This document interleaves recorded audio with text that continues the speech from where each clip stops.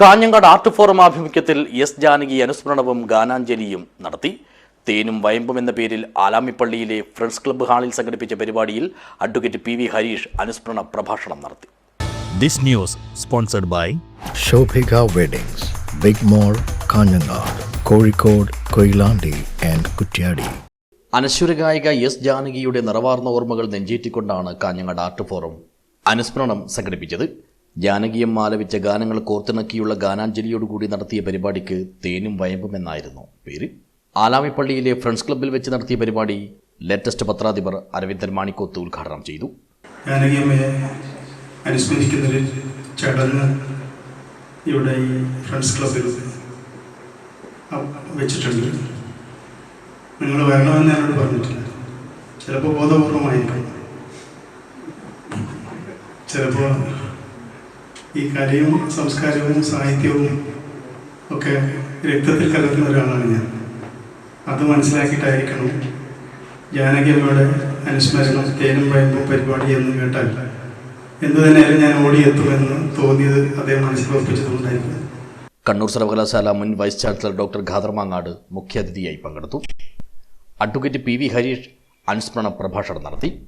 ചടങ്ങിൽ art forum president V Suresh Mohan അധ്യക്ഷനായി.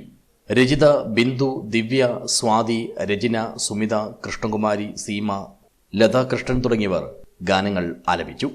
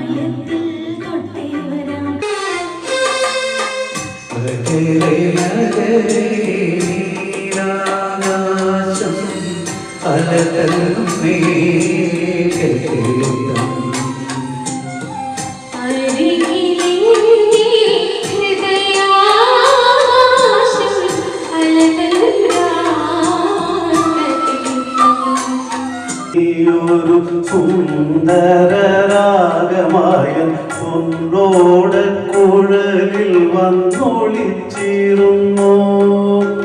അശോകൻകുമാർ, സുധാകരൻ, വിശ്വംഭരൻ വള്ളിക്കോത്ത്, പത്മനാഭ ഭട്ട്, അജിത്, ബിജു മാത്യു, പത്മനാഭൻ, ദിനേശൻ, രവി കൊട്ടോടി തുടങ്ങിയ പാടി പതിഞ്ഞവരും പാട്ടുകൾ പാടി പരിപാടിയെ സാർത്ഥകമാക്കി. ആർട്ട് ഫോറം സെക്രട്ടറി ചന്ദ്രൻ ആലാമിപ്പള്ളി സ്വാഗതം പറഞ്ഞു. News bureau, Kanhangad.